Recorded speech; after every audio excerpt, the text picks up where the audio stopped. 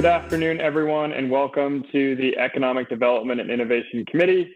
We've got two items on our agenda today, the Downtown Raleigh Alliance Public Realm Study and food truck and mobile vending regulations. Thank you, Councilmember Melton, and good afternoon, Mayor and members of the committee.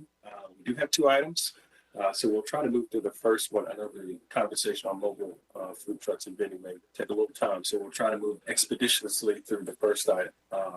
So this is, again, it's a continuation of our conversation regarding the public realm study. Specifically, we're going to be talking about follow from our October conversation on outdoor seating. So without further ado, I will give a presentation over to Schoenfeld from Emergency Management and Special Events to take you through today's presentation. Whitney? All right, I'm having trouble hearing. Did you kick it over to me, Evan? I did, Whitney. Just a nod. Okay, Yes. Great. So we'll go ahead and share our screen for the slides.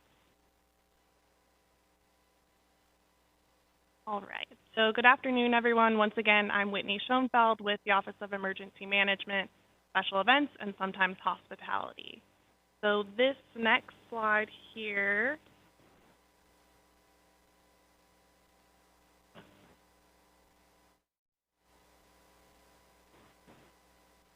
there we go. All right, so this slide here is just a reminder as to how we got here today. So again, the DRA presented the Public Realm Study to City Council at the June 15th work session, And since then, we've given regular updates on the different aspects of the public realm study. Today's discussion today is limited to outdoor seating and also giving an overall progress report on all of the recommendations of the public realm study. So it has been a few months since our last presentation, which means that we're due for a quick definitions lesson from yours truly. So for those who may be watching who are unfamiliar with our different definitions of our different types of outdoor seating, the first one here is a parklet, which converts on-street parking spaces into lively open spaces in our community that are open to the public at all times, much like a park, hence the name. Our second one is a streetery, which uses on-street parking space again, but is now located exclusively outside of a business, and it provides outdoor seating options for the patrons of that business during its hours of operation. Outside of business hours, it essentially extends the sidewalk. And then the last option on here is a pedlet, which again uses on-street parking spaces, but now we are moving the pedestrian flow of traffic from the sidewalk into the parking space, which allows the business to use the sidewalk as an extension of their business. So back in, when we first were experiencing COVID, in June 2020 is when city staff came to council and is when we first eased all of our outdoor seating requirements. In June 2021 is when the DRA presented the public realm study asking us to continue the easing of outdoor seating requirements. In September of 2021, the city staff, we took this one leap further, and through boldness and innovation and a lot less red tape to lessen the burden and expense to help support our local businesses, our big idea was to build streeteries for our businesses. As a reminder, the city is going to be working with a contractor to construct and install platforms, walls, wheel stops, and reflective posts, while businesses can supplement these structures with decor, tables, chairs, planters, and plantings to customize the streetery to fit its establishment's needs. This idea also allows for consistent appearance and function, and once again, to be eligible for a city-led streetery, your location must involve use of the public right-of-way. So where are we at with this process? Well, once again, you all approved $500,000 from the American Rescue Plan funding for this initiative. So once again, thank you for helping support our local businesses. To give you a quick update on where we are with the contract process, I can share that the informal bid was posted earlier this month, and actually tomorrow is when the bids close and we will open bids. The initial round for the bid process will include 9 streeteries, 1 pedlet, and 1 barricade replacement, and then we will have additional funds to go back out and do another informal bid, but this is the first round that we wanted to get up and running to help our existing businesses that currently have streeteries out there, and then help with the interest of some new ones who have expressed an interest. So our goal for this initial round is to get streeteries built, up and running this spring, hopefully in time for some warmer weather. So the other part of streeteries, the million-dollar question is, what are we going to charge and when are we going to charge? So I do want to highlight some of the benchmarking that staff in our office has done to evaluate and to see where other cities are at. So we've looked into 25 cities across the country. Some of these include Atlanta, San Francisco, Seattle, Madison, Wisconsin, Washington, D.C. We've spoken with some, and then we've also looked at some other cities within North Carolina, such as Asheville, Charlotte, and Durham. And basically everyone is in the same boat as us. We're all trying to figure out how to make these temporary programs permanent and what fees look like in the future, because we know that our businesses are struggling and we don't want to necessarily charge right now, but we do have to look ahead to the future and what that fee would eventually look like. So from some of our research and conversations with these other cities, applications fee have ranged from $75 up to $500, and permit fees have ranged from $3,000 to $8,500. Continuing on with benchmarking, what we've learned from other cities and what they're doing is that they are evaluating what these fees would be by looking at parking meter loss revenue and square footage for use of the public right-of-way. So why compare it to parking meters?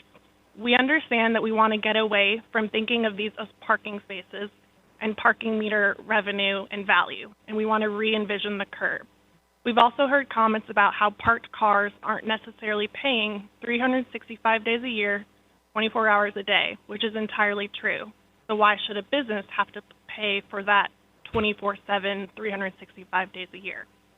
So we've looked into our very own parking models, and the meter value is actually for 240 days out of a year, because meters are typically on Monday through Friday, 8 to 5 or 6, depending on where you are downtown, and that also doesn't include city holidays.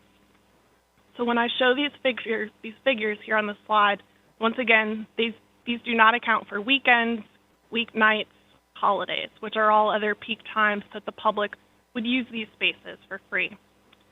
Here you can see that the parking meter rate within Fayetteville Street is slightly different than other downtown areas, but essentially what it adds up to is that one parking space would cost $3,600 and 2 parking spaces would cost $7,200. In other parts of downtown, that would be $6,000. So if we moved away from parking meter value and we compared it to downtown property values, we've worked with real estate and figured out that downtown, it should come as no surprise, is very expensive when you look at square footage and property. So what we looked at here is if we do the math, a going rate for an acre in downtown Raleigh is $10 million.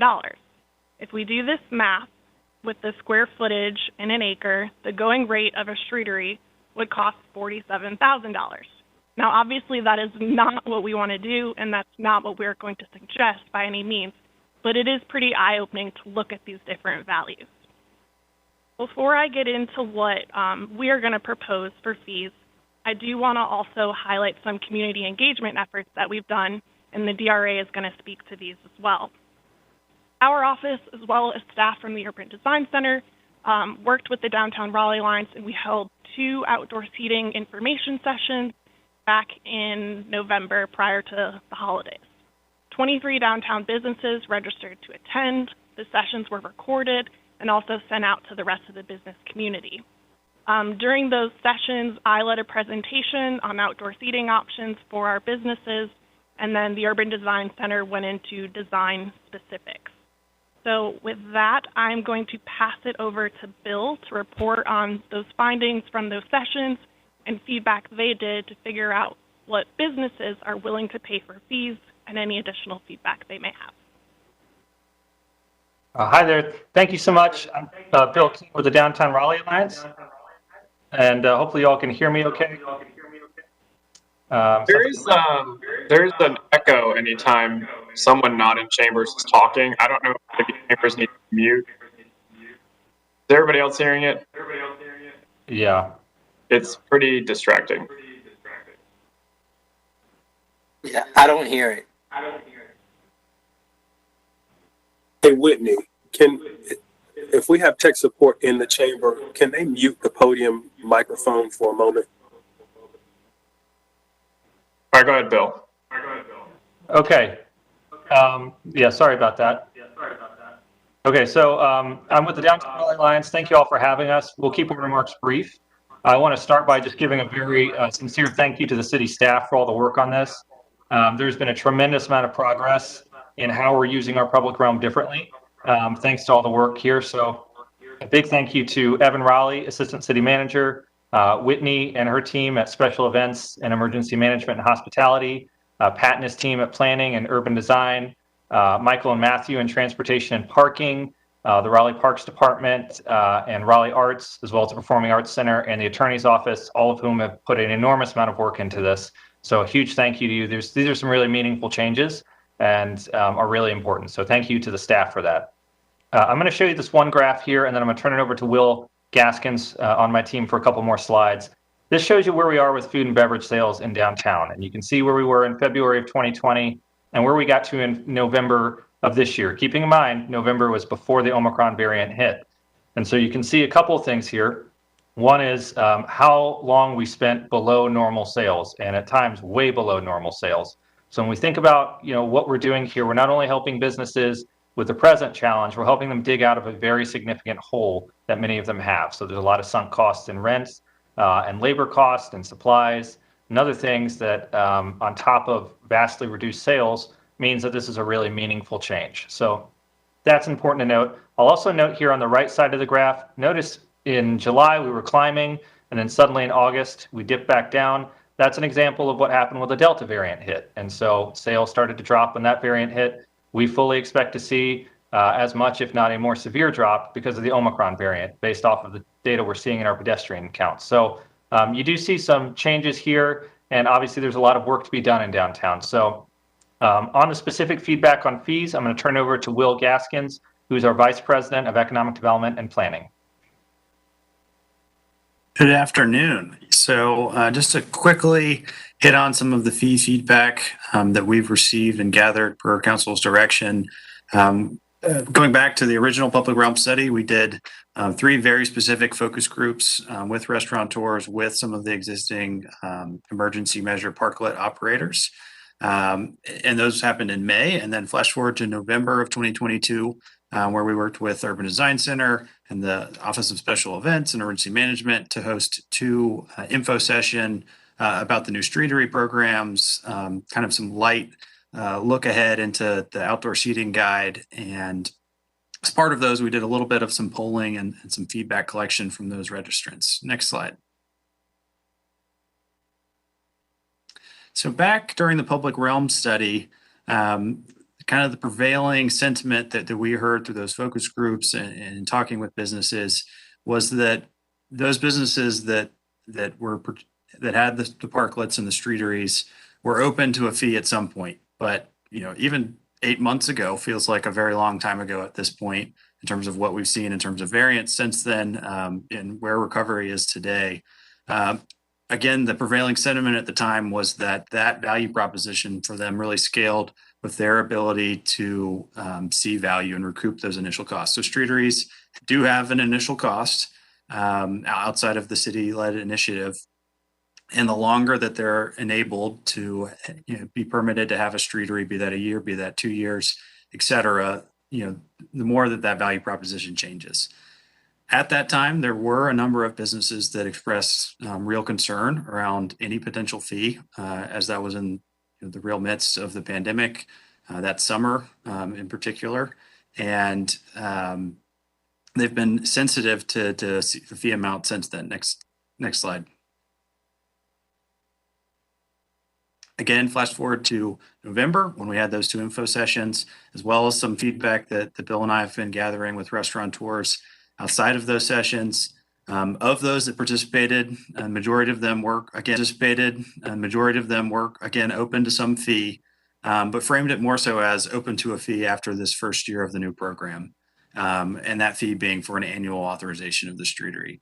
We did ask them a little more specifically of, if you had to pick a range of what seems like a reasonable fee amount for a streetery, and we gave them $0 to $250 to $500, et cetera, $1,000 to $3,000. All of the participants indicated either 0 or 250 to 500 of the restaurateur business owners that participated in those sessions. So businesses also stressed during those feedback sessions of the importance of simplicity of process. So being able to quickly, intuitively understand the process, having it be simple for them to be able to execute on it, as minimally complex as possible for them to be able to stand this up, understand it, and decide whether or not it's a worthwhile investment for them. And again, to caveat that there were still businesses and there are businesses in the community downtown who absolutely consider that even a modest fee amount would be detrimental to them participating in this program. A couple other things just to kind of couch the conversation around, this was not completely exhaustive.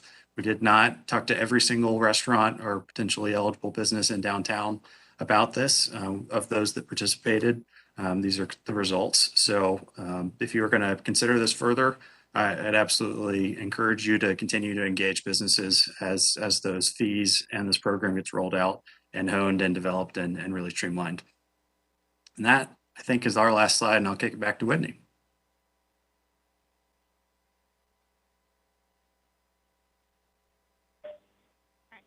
Making sure I was unmuted. So, with that, you've heard our benchmarking. We've heard some feedback from the DRA. I do want to remind everyone that our outdoor seating fees are currently waived through the end of fiscal year 2022, and then they have been waived since the beginning of fiscal year 2021. So we recognize again that businesses are struggling, especially with Omicron and staff shortages in the hospitality industry. So our recommendation is to continue waiving fees through fiscal year 2023 and also through fiscal year 2024. This makes for essentially 4 years of no outdoor seating fees. Last time we presented, we heard feedback on eliminating the application fee altogether. This was originally in place to just help with the validity and seriousness of an applicant and to be consistent with other applications throughout the city that are reviewed by a number of staff. After hearing concerns about that nominal $150 application fee, we are suggesting to forego the application fee altogether. Earlier, I shared parking meter and downtown property values based on square footage. Once again, just as a reminder, if we went by that parking meter route, 2 parking spaces along Fayetteville Street would cost $7,200 annually. In other parts of downtown, 2 parking spaces would cost $6,000. And the property value route is $47,000. So what we are proposing is a total encumbrance fee, again, of $3,000, but making the timeline of when an applicant would have to pay that full amount even further out. So 2 more years of fiscal years of waived fees, and then in fiscal year 2025, we would hope that businesses would be back on their feet, that we could be through this pandemic, and that they would be able to pay 50% of that encumbrance fee at $1,500. And then in fiscal year 2026, again, hopefully we're even in a much better place, and businesses would be able to pay that $3,000 rate. So essentially $3,000, our grand total, is 50% of the lowest parking meter value, and it essentially is $14 per square foot for that use of space. We hope that this phased-in approach will continue to help our businesses recover, and that these streeteries, once again, nobody would be paying the full amount until fiscal year 2026. I will also add that previously there was another question that if a streetery is not a suitable option for businesses, what other funding might be available if somebody cannot participate in our city-led streetery initiative. We are still exploring other funding sources, but I will say that our focus right now is the city-led streetery initiative. We're hopeful that it will provide relief. And I'll also add that among all the inquiries we've received about outdoor seating options, whether it's a streetery or not, we have been able to accommodate everyone. So if a streetery wasn't an option, maybe sidewalk seating was. If a certain street wasn't an option, maybe around the corner on another street was an option. If there's a bike rack in a way, we're on board to move that bike rack. So we continue to make accommodations in any way we can to help support our local businesses. So our next steps, once again, we are finalizing our outdoor seating guide, which includes the design standards that our staff at the Urban Design Center created. This resource has been shared with departments within the city as well as the DRA for feedback. Our next most exciting step is, again, tomorrow when the bids are due and open, so we can select a contractor and actually get to building these other city-led streeteries. I will remind anybody watching that our prototype model still is serving the patrons of Crank Arm Brewing, and it has been very well received by them. We will continue to work with the city attorney's office on what an agreement looks like between the city and businesses moving forward for private use of these public spaces.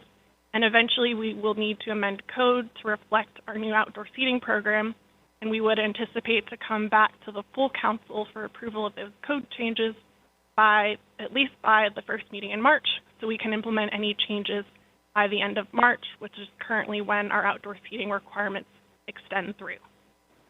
So I can pause here and take any questions about outdoor seating before moving into the remainder of the presentation, which again is just a progress report on all the recommendations of the public realm study. Great. Okay, there we go. So I can't see anyone. Does anybody have any questions? Mayor Baldwin. So, I guess question for Whitney. You know, I've talked to some of our restaurant owners who are in arrears, like 9 months in rent, and I can understand their reluctance to want to deal with fees. So even, 3 years down the road, some of them are still going to be coming out of this.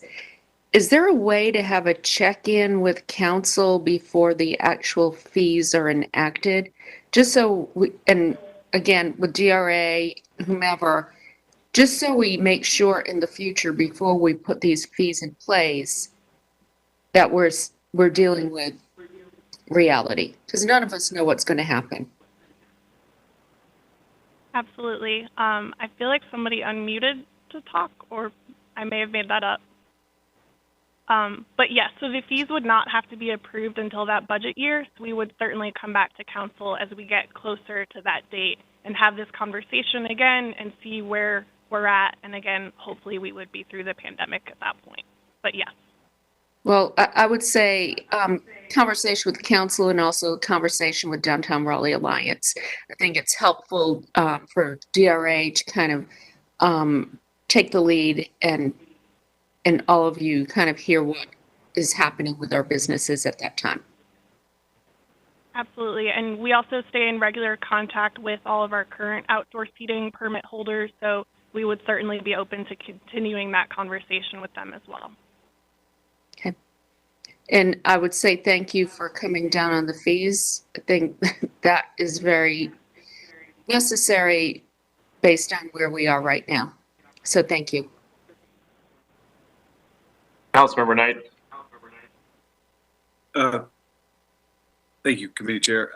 Just to follow up on the mayor's question about the fees out in the future, it's, you're talking about 3 years and 4 years down the road. Why even put those in there? What's the purpose of that?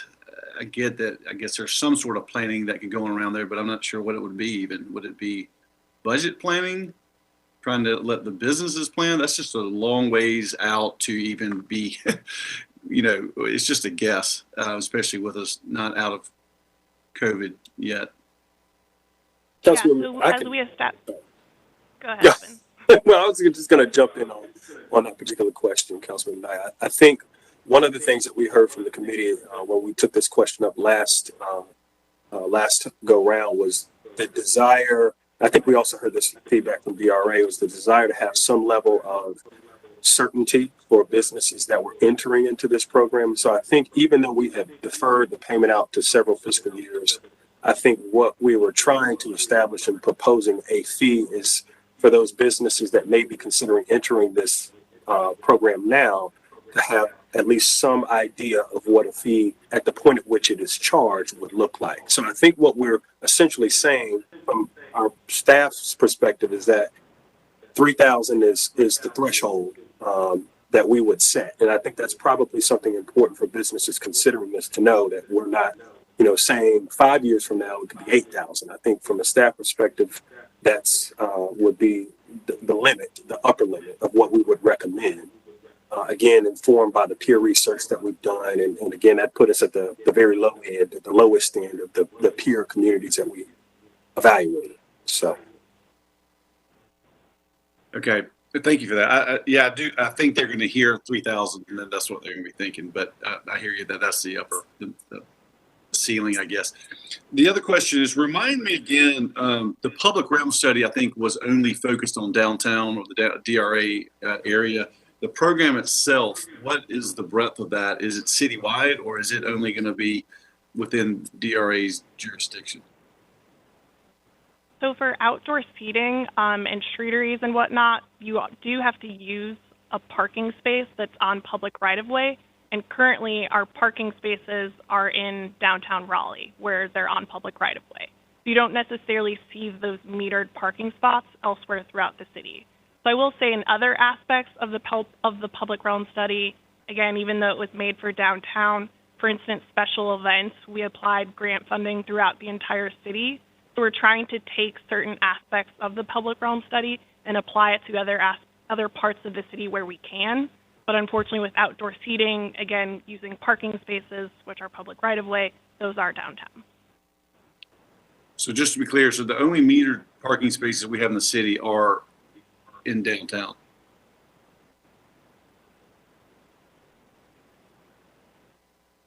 I'm being told we do have some others. That's interesting. I didn't know that. If that's the case. Well, yeah. So yeah, Hillsborough Street and whatnot, this would all apply in other parts where there is the metered, not just downtown.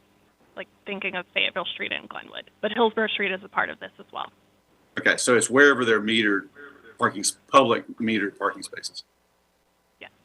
Okay. Any other questions? Councilmember Branch?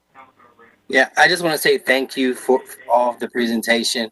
You know, it's no telling what our land value will be in fiscal year 25. So I think setting a benchmark at 3,000 is okay with me for now. And when we get whoever's on council at that time of year, 2025, I'm sure we'll figure out, you know, the best steps forward. But I just want to thank the staff for what you're doing. And I definitely will support this. Yeah, I just want to add, you know, I am supportive of there being some fee, you know, and I think letting businesses know now what the fee will be in several years is important for expectation setting, right? Because we're asking folks to invest into a program and they have to understand that at some point when we've emerged from this nightmare that there is going to be some fee. So putting it out there now and deferring it for several years, I think is the right approach. I really appreciate the time and attention y'all spent in coming up with the fee amount. I do want to remind folks, this is private use of public space. So these companies should be paying a fee to use it, but it should be fair and reasonable. And I do think there's a public benefit to this program because it's making our city more lively, our streets more lively, and they're in more people-oriented spaces. So I see this as a compromise win-win solution for everybody involved. And so I really appreciate the time you've spent on it. All right, so I guess we can move on to the next part of the presentation then if there's no other questions on this part. Mr. Chair, do we need a motion to report this out? Do we want to vote on this piece? And then is the next piece, Whitney, separate from this? Yeah, the next is just updates on all of the recommendations. So, Okay. so I move to accept staff recommendations as reported. Could I make just an adjustment to that to incorporate what I had asked, that there be a check-in with the DRA and the council at the appropriate budget session? Friendly amendment? Good? That's good. I will second that. Okay, motion by Councilmember Branch, amended and seconded by Mayor Baldwin. All in favor? All right, that's unanimous. Thank you, everyone. And Whitney, we'll let you continue with the next part of the presentation. Thank you. All right, so this is a reminder of each aspect of the DRA's public realm study and kind of where we're at with each area. So the first section was just the implementation. Develop a working group, which practically everyone who is on this meeting is a part of that work group in addition to other staff, and we've been meeting regularly. The second item was was to schedule a report back to council this past fall. We're obviously doing that presentation now, so we still gave that a green check mark. The next section is outdoor seating, which again, I've presented a lot to you. You can see that we've checked off a lot of these items. Unfortunately, I can't update it right here and now live, but number 5, that little yellow, means that we are in progress, and obviously we just kind of finished that one up as well. The only other one that's red on here is the pilot program for 2 to 3 years. Just as a reminder, we said that we didn't need to do a pilot program for 2 to 3 years because we wanted to be getting that done sooner rather than later, which again, we've showed you that we've done. This is just continuing on outdoor seating. The only other one that is kind of a longer term item that would need more discussion and more work is expanding the side width in certain parts where the sidewalk is too narrow. And obviously we all know that redevelopment comes into play there, streetscapes, so that is a bigger ticket item that we didn't necessarily check off, but we will continue to address that where we can. The next section here is curbside zones. So again, we've checked off a lot of these items. The yellow arrows is just in progress. Small scale events, we've presented that earlier. All of those are done with our new tiers. We also did special events funding, which is mentioned on this next slide for infrastructure. The bigger item here was on my next one, but we are continuing to make progress with improvements to City Plaza with the tables and chairs and umbrellas. The DRA has wayfinding that they put out at events. We've done some activations. That special events funding is mentioned here that we used where event organizers could apply, and we awarded 23 events funding, and the DRA received funding as well for some of the activations that they do.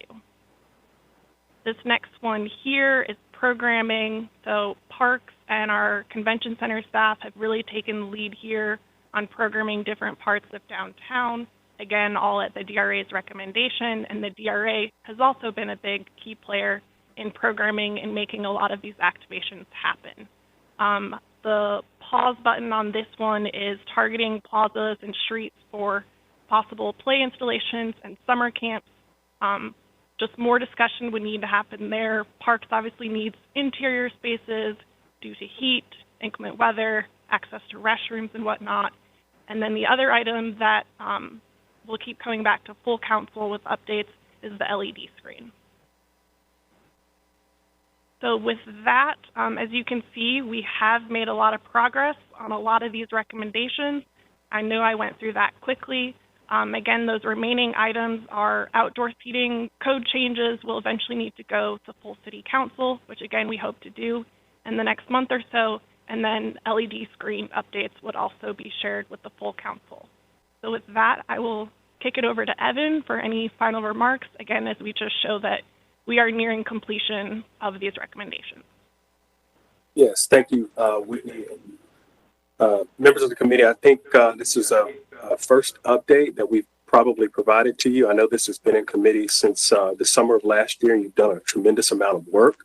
So it felt like it was timely for us to come back and show you very demonstrably how much work you've accomplished. And so I know when this work was first taken up, the charge from Chairman Melton was to do everything that we could do as staff. And you can see from all the green check marks that we've done those things and bring items that really only required policy intervention before you so that we wouldn't jam up your calendar. And so we are now at the point, particularly with the vote that was just taken, that we have reached the point where all the policy, major policy pieces of the public realm study have been achieved. And so I guess this is a moment where we can potentially tie a bow around the work and continue taking this up. I think we've probably reached the end of all of the items that we had envisioned presenting to the committee. So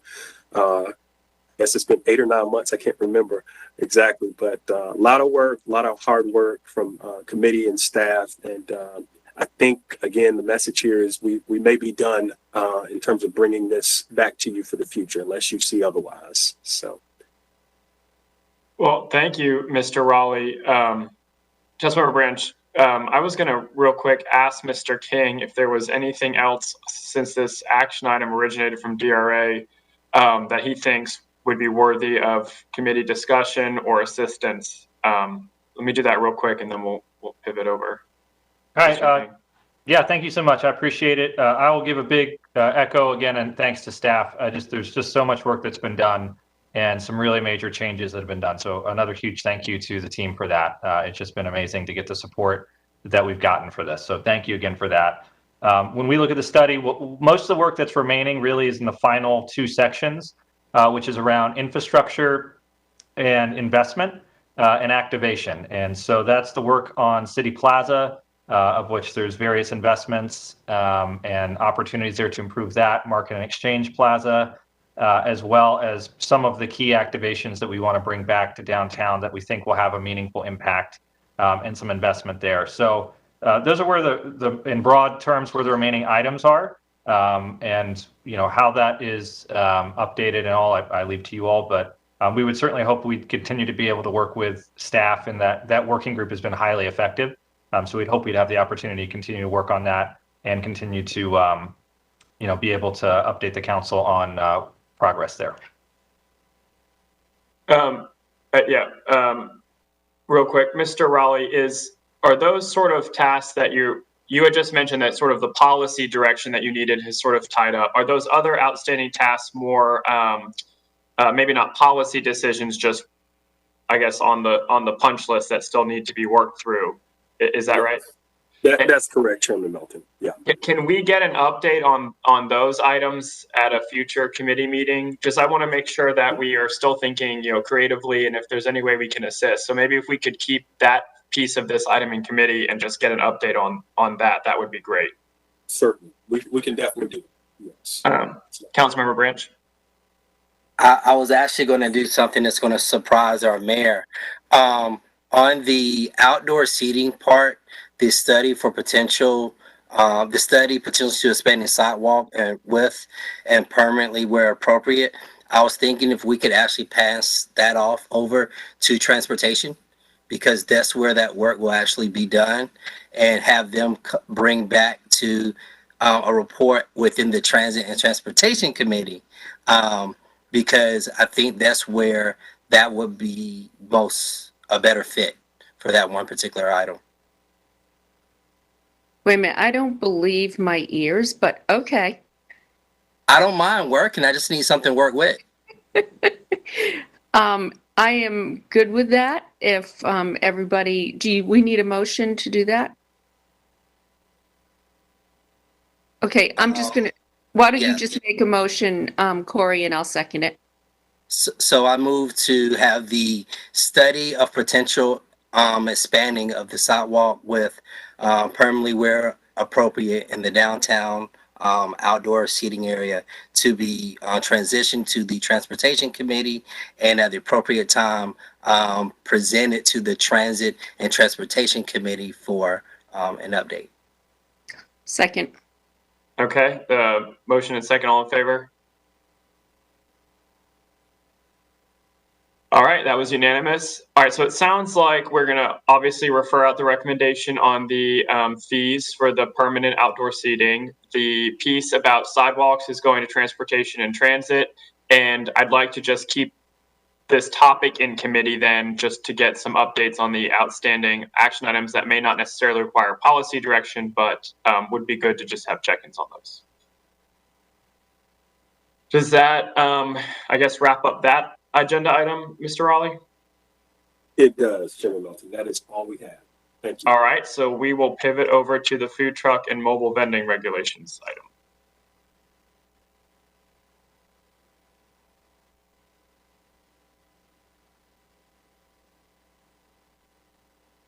All right, I will get started in just a moment once I get sharing abilities for my screen.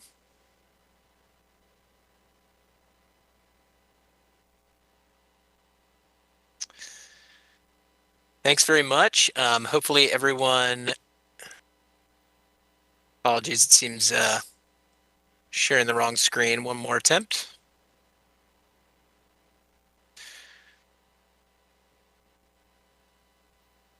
Are you all seeing the presentation slides? Yes. Yes. Okay, thanks. Just wanted to confirm. Well, it keeps oscillating between me very big and then the... Yeah, I apologize about that. All right, how does that look? Presentation slides, yes. Okay, great. Sorry about that hiccup. So my name is Keegan McDonald. I'm in planning and development. I'll be presenting today on food trucks and mobile vending. Part of this presentation will be a recap of information you received at the work session in November of 2021.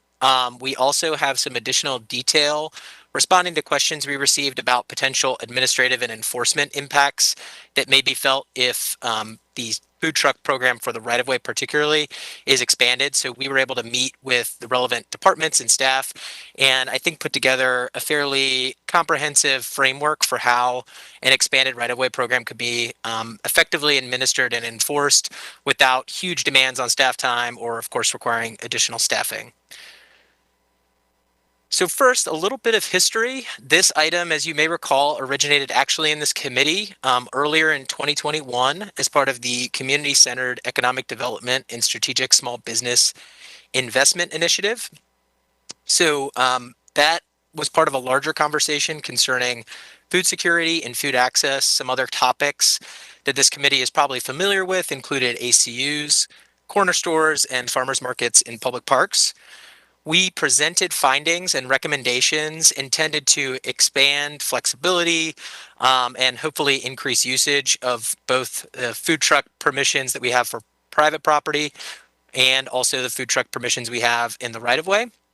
The City Council then directed and moved this item to this committee for further discussion and review. And just to orient you toward the backup materials, you will find the original memo that you received as part of the work session update, also an executive summary, which helps encapsulate the core set of recommendations and impacts, and then also a separate memo outlining the administrative and enforcement piece that I will get into at the end of this presentation. A regulatory overview just to frame up what we're exactly discussing with these options. So basically regulations are split into two buckets. The first, as it relates to food trucks and a few other select mobile vending uses on private property, are governed by our UDO, as with all of our other zoning regulations. For food trucks operating in the right of way, those regulations are actually contained in the city code. And so there's some similarities, but also some differences. And we chose to evaluate both just to help expedite and also make sure that there was some synchronizing of standards where appropriate. And those regulations can generally be broken down into three buckets: density and geography, proximity, and permitting and nuisance. From that presentation, we provided some recommendations and or options that we think fit the charge to expand usage and flexibility for our operators. So within the density and geography bucket, proposing to allow food trucks to locate on parking lots, today only allowed to operate where there is a principal building. Also expanding which zoning districts allow food trucks as a limited use. So for example, the residential mixed use district, which today does offer the ability to locate commercial uses in conjunction with apartments, but this could be an option to allow food trucks in those zones, and creating a less restrictive density limitation. Today, depending on the size of your property, you're only able to locate so many food trucks. For instance, a half-acre parcel is limited to 2 food trucks. If this is an open lot or parking lot, it may make sense to expand that and allow more food trucks, especially if there's an agglomeration effect that could be beneficial to those users, creating a food truck court or something of that nature. As it relates to proximity, this is similar to density geography, but pertains to the minimum distance that's required from any food truck to a brick and mortar establishment, outdoor dining area, or push cart. So we propose these regulations could be relaxed somewhat, could be relaxed across the board, or there could be a tiered approach based on zoning district. Denser zoning districts may allow for a smaller distance between food trucks and eating establishments, for instance. Within permitting and nuisance, reducing or eliminating the outdoor seating size requirement. Right now, it's fairly small. And what we propose is expanding that to allow these food trucks options for more outdoor seating, allowing people to come visit and stay while they eat or consume products. Eliminating parking considerations unless required by a zoning condition, removing the city business license requirement, as this is no longer a city practice and is really just a legacy regulation in the code, and also allowing A-frame or temporary A-frame signs, which help to advertise about the business, specials, that type of thing. And the last bucket deals with the other mobile vending categories, as you may recall. There are also mobile vending carts and temporary mobile retail. These were all each brought about at different times by different stakeholders, and so they all have slightly different regulations. And we think there's an opportunity to collapse and or consolidate these uses, or at the very least synchronize their standards to create some parity between those different types of users.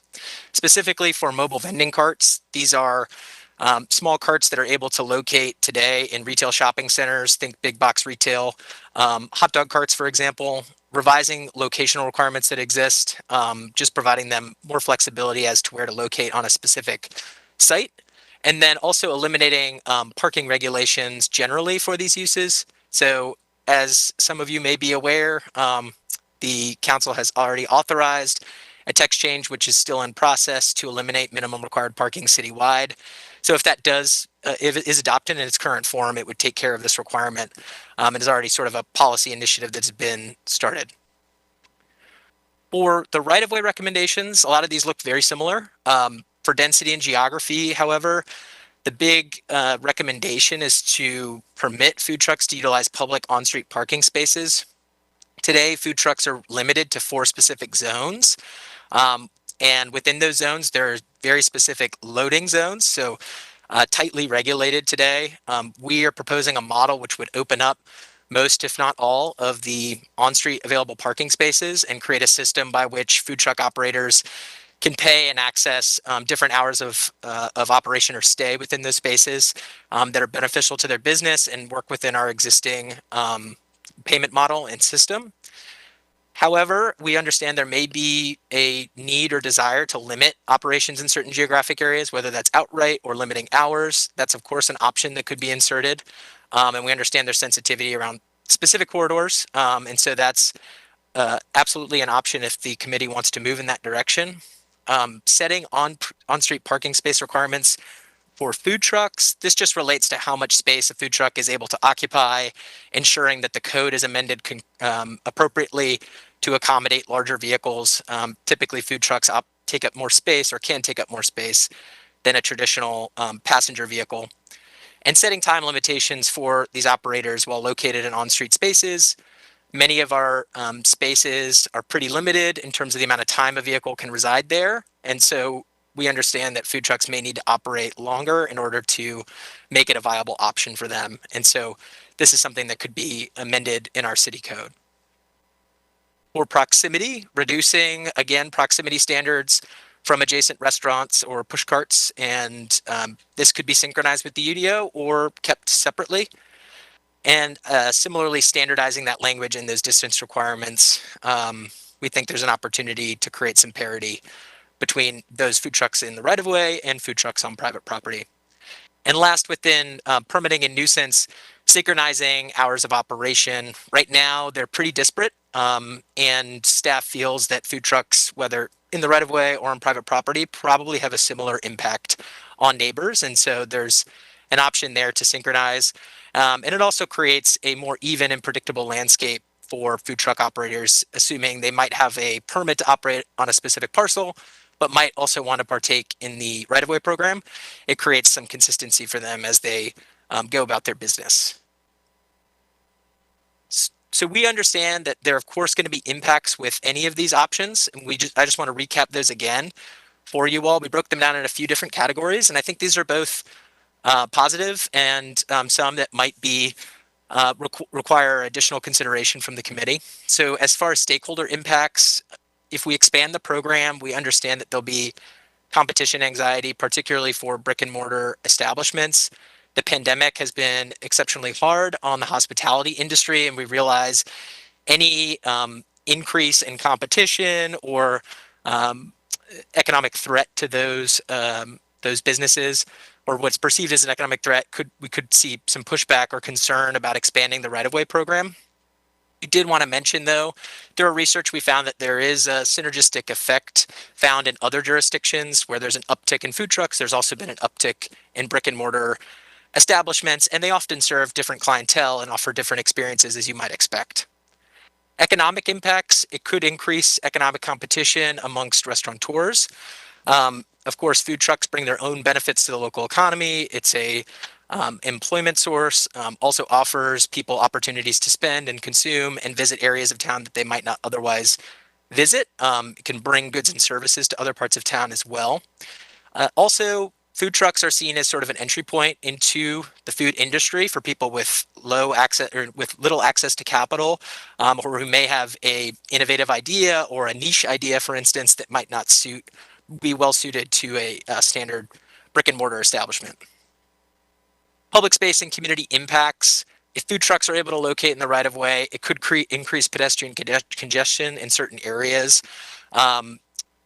It also could reduce parking availability, although we anticipate that to be fairly minor unless you see a big concentration of food trucks in a specific area. And with that, if there is, for instance, a concentration or even one food truck that locates on a specific street, that could have a spillover effect. If there's a user of that space, they may be required to seek a space elsewhere, for instance, while that food truck is occupying the space. Food trucks do contribute to community livability and vitality. They offer food options that might not exist, different cuisines, and are able, because of their mobile nature, to enter into places that might not have those types of options available. So they are unique in that way. And then last, administrative impacts. We anticipate that there could be, at least initially, some increased enforcement necessary for any expanded right-of-way program. Just as with anything, if we create options, there would be more instances where we have to potentially educate and or enforce our regulations. So we think that's totally reasonable to predict. And this presentation will, or at the end of this presentation or the next part, I will go into a little bit more about how we anticipate handling that with our partner departments. And relatedly, we do think there might be some changes needed to the traffic schedule and our parking ordinances. These are more minor tweaks, but we just want to make the committee aware that it's more than just changing the food truck regulations. There's some other sections of the code that will also have to be changed. And of course, transportation will be involved with those discussions as we move along. Related to administration and enforcement, we did meet as a group a few times, had some really productive discussions with transportation, emergency management, special events, and police, all of which I believe are on the line today if you have specific questions for their work groups. And we discussed how our enforcement model could be changed or adapted if the program is expanded for the right-of-way. Wanted to give you a sense of how it operates today. Really, there's very limited uptake for the right-of-way program, so there's not much enforcement that really takes place. But if you want to participate in this program, applications are filed through our permanent development portal, typically processed in about 2 days. And again, you're limited to those 4 designated geographic areas. If you're curious, there's a map in your materials where you can check where those are. And enforcement is handled by zoning enforcement staff, similar to how we enforce our zoning code. How this could work is, first, we anticipate any expansion of the program is really going to require a lot of front-end work on the part of staff, enhanced education and outreach. And those programs will be designed to increase awareness, connect with vendors, and make information easily accessible. If we change our regulations, we have to ensure that people know we've changed them, that the regulations are easy to follow, and that they are able to be willing partners with the city. Second, we advocate potentially moving from a permit-based model to a registration-based model. And so these are fairly similar on their face, but as opposed to a permitting model, which would be designated to a specific space or part of town, registration would be sort of a front-end information gathering stage for the city. We would collect important data on the vendor, including type of vehicle, license plate, business name, the operator, etc. Also obtain an acknowledgement that they've read and understand our regulations. And at that point, a nominal fee could be assessed and a placard could be provided to the operator, so it could be placed in a conspicuous location, which will assist with verification and enforcement. So we know right away we see a vendor in the street, whether or not they're registered. With this model, we also anticipate using our existing parking vendor, Passport Parking, to enable the use of on-street spaces. This is something that Matthew Courier in Transportation has begun conversations with the vendor about, and it would basically be a special process that's enabled for vendors that have registered. So they would be able to log the same license plate that they use to register their business with the city, or register the food truck, for the program, into the parking app. And that would give them access to a special fee that would be assessed for that use of that space, and then also special timing privileges, if that's what the committee desires, to give them perhaps more time to operate than a typical vehicle who would just be parked there to use the space generally. This is has a lot of benefits. One, it'll give us access to a lot of data to see where these food truck vendors are located throughout the city, where there's a concentration of them, make reporting very easy. We will also be able to automatically set the parameters, including a potential requirement that they occupy 2 consecutive or adjacent spaces to make sure that there's no infringement on the right of way, on vehicle traffic, or you know, impact to vehicles parked on either side. And also, it would make enforcement easier because the specific license plate number could be revoked or deactivated from the system if, for instance, enforcement action is taken on a repeated basis and it's decided that their registration should be revoked. And so that exact flow and those parameters would obviously need to be fleshed out, but all of those options are made possible if we utilize this system with our existing vendor. For roles and responsibilities, we have 3 principal groups that would be involved in enforcement. Zoning enforcement is sort of the principal arm in terms of investigating violations and issuing food truck specific citations. So they would really be playing the same role that they do today. And we think this is a good approach just because they are the ones with that expertise and they're used to handling these types of disputes or investigating potential violations. The parking unit within transportation would be responsible for conducting proactive enforcement during the day within the urban core. Of course, they would also, in addition to their food truck specific responsibilities, they would continue to patrol for just general parking infractions, and they would retain those rights and powers, obviously under any enforcement model that we devise. And the police department, similar to today again, would respond to complaints outside the urban core and after normal business hours. So be sort of a 3-prong approach with these various groups. And we think this would give us good coverage for enforcing the program. And I wanted to provide sort of a flow for how we imagine this working. And so on the front end, you have verification, and this could occur from any number of folks, but presumably the parking unit within downtown and police elsewhere, where they're ensuring a vendor is adhering to all applicable regulations. If they see an obvious infraction, they could provide a verbal warning, and if necessary, collect evidence that could then be transmitted to zoning enforcement staff to potentially open an investigation. So zoning enforcement staff would take in that evidence and evaluate it and open a case to investigate the infraction. Today, zoning enforcement staff, their principal charge is to educate and also create a dialogue with the people of our community. They want to make sure that people are aware of the regulations and see if they can come to an amicable agreement and one that doesn't involve a specific citation or revocation as a further escalation. But of course, those options would exist. And so especially with this program, I think we're going to have a strong focus on making sure people are aware. Of course, if they're registered, they should be aware.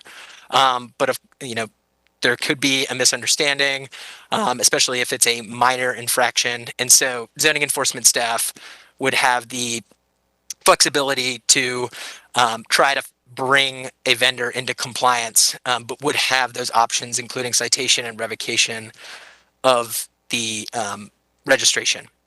And just to highlight again, these 2 steps would be the sole responsibility of zoning enforcement staff as we've devised the model, just as it is today. If we move in this direction, we understand that there's a lot of detail to flesh out and will likely require a memorandum of understanding amongst these partner departments. But we think so far we've had a lot of buy-in from the various groups, and we feel fairly comfortable that within this broad or general framework that we can come to a consensus on those details. And so if the committee decides to recommend authorization of any or all of these recommendations, we think we can take the next steps to start fleshing out what this process and model will look like. So next steps for the committee. Realize there's a lot of information here. We're happy to go in whichever direction you may choose. Of course, you have the ability to recommend authorization of any or all of staff's recommendations or recommend denial for that matter of any of our recommendations. Alternatively, you may request additional information or hold the item for further review. And just to help orient the committee as we're discussing these recommendations, if that's what you want to get into, the executive summary does number them by UDO and also city code changes. So that's an easy reference, but I have all the materials available, which I can pull up or look at if there's specific questions about any one recommendation. So with that, I will take any questions, and I just wanted to, again, let the committee know that we have representation from transportation, emergency management, special events, and RPD with us in the meeting today. So if there is a question for one of those work groups, I may defer over to them as that's their area of expertise.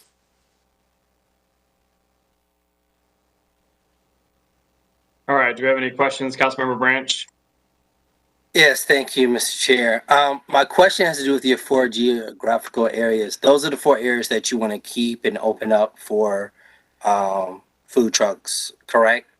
So it's totally up to the committee's discretion. I think what we viewed it, or when we were evaluating how the program operates today, there's a feeling that limiting it to those 4 geographic areas hasn't really generated a lot of interest or uptake.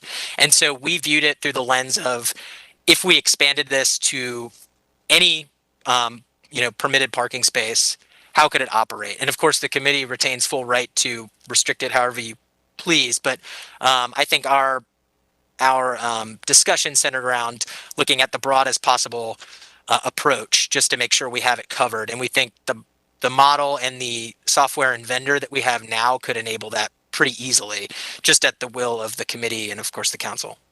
Okay, good, because I want to lean in that direction, because when I look at your 4 geographical areas, one of them is on South State Street. Well, that's beside the old DMV. There's nobody there.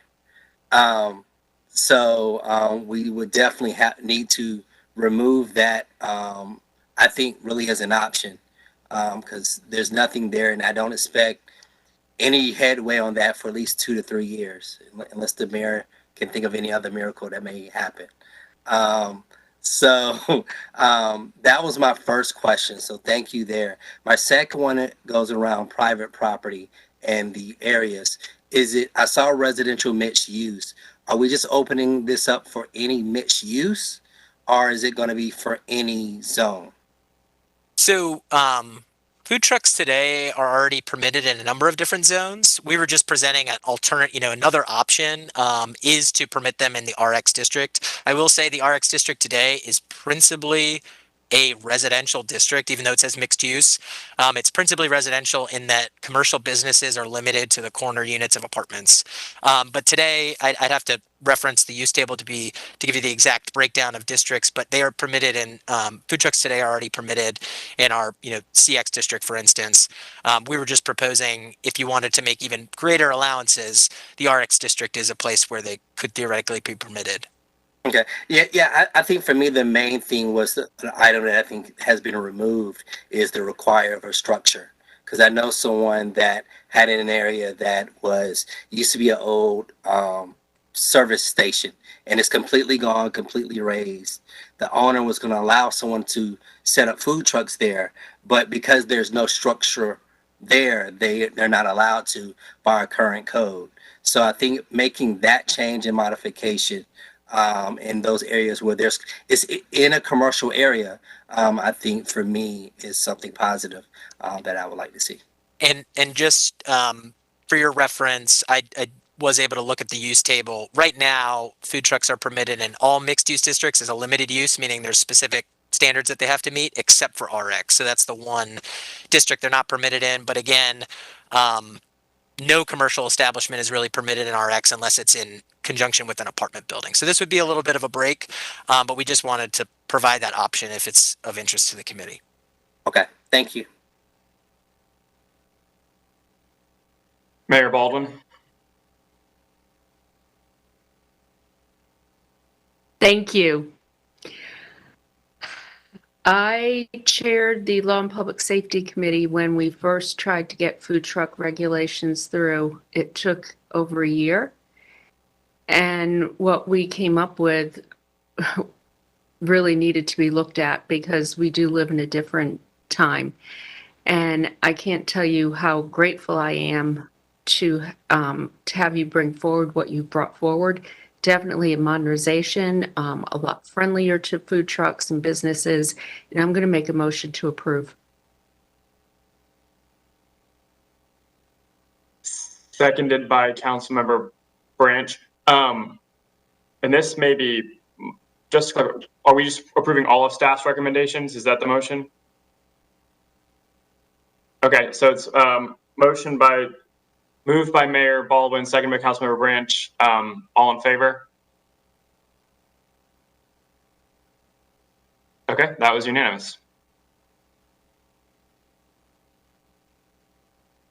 Any other questions or comments? I just want to say good work. Good work by the staff, good work everybody coming together, making sure everybody, again, is on board with how we're moving forward. So this is great. Thank you. Councilmember Branch? Just one small question that I just remembered. I know we're changing the policy to from location to a business, a restaurant, from 100 to 50 feet. Say I'm restaurant owner and for some reason I'm having an issue with my kitchen or I'm doing something special. Would I be allowed to have say I also own a food truck. Would I be able to have my own food truck for my restaurant in front of my business, or would I also have to move it 50 feet from it? Yeah, I think that's certainly something we could include. I think we just have to be careful about how that's worded. There's obviously, it invites opportunities to game the system a little bit.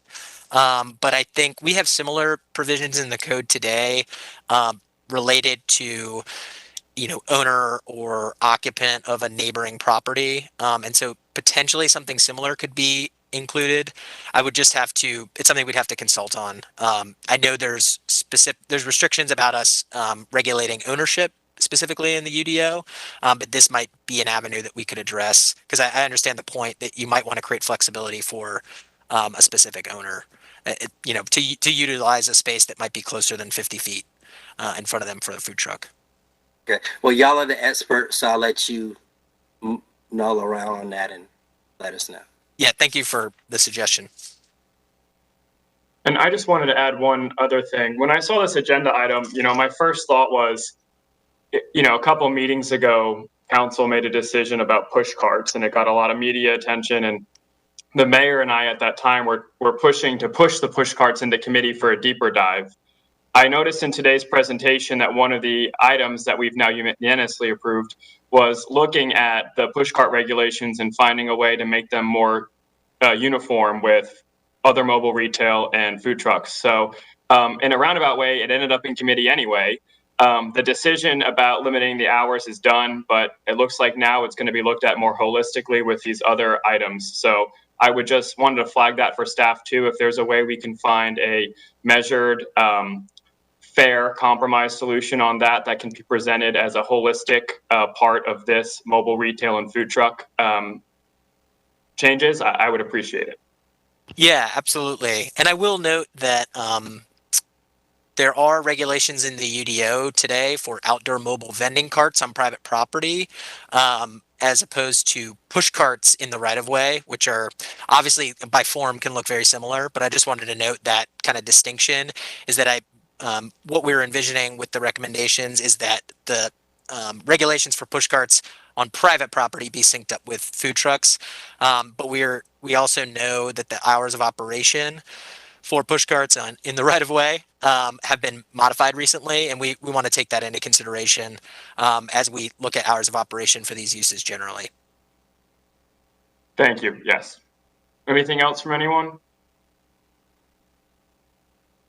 All right. Well, this was a lot of good work. I know we haven't had a committee meeting recently, and so if y'all need more time between this and the next one to do a deep dive on this stuff, let me know, unless we get some other items, because everyone was very prepared today. So we appreciate it. To Corey's committee. Yeah, we'll just keep knocking things over that way. Which I'm on that committee too, so it's just deferring work to myself. I just don't have to call on people. All right. I have a 30-day turnaround. So. Great job. All right. Well, we will see y'all soon, and thank you very much. This meeting's adjourned.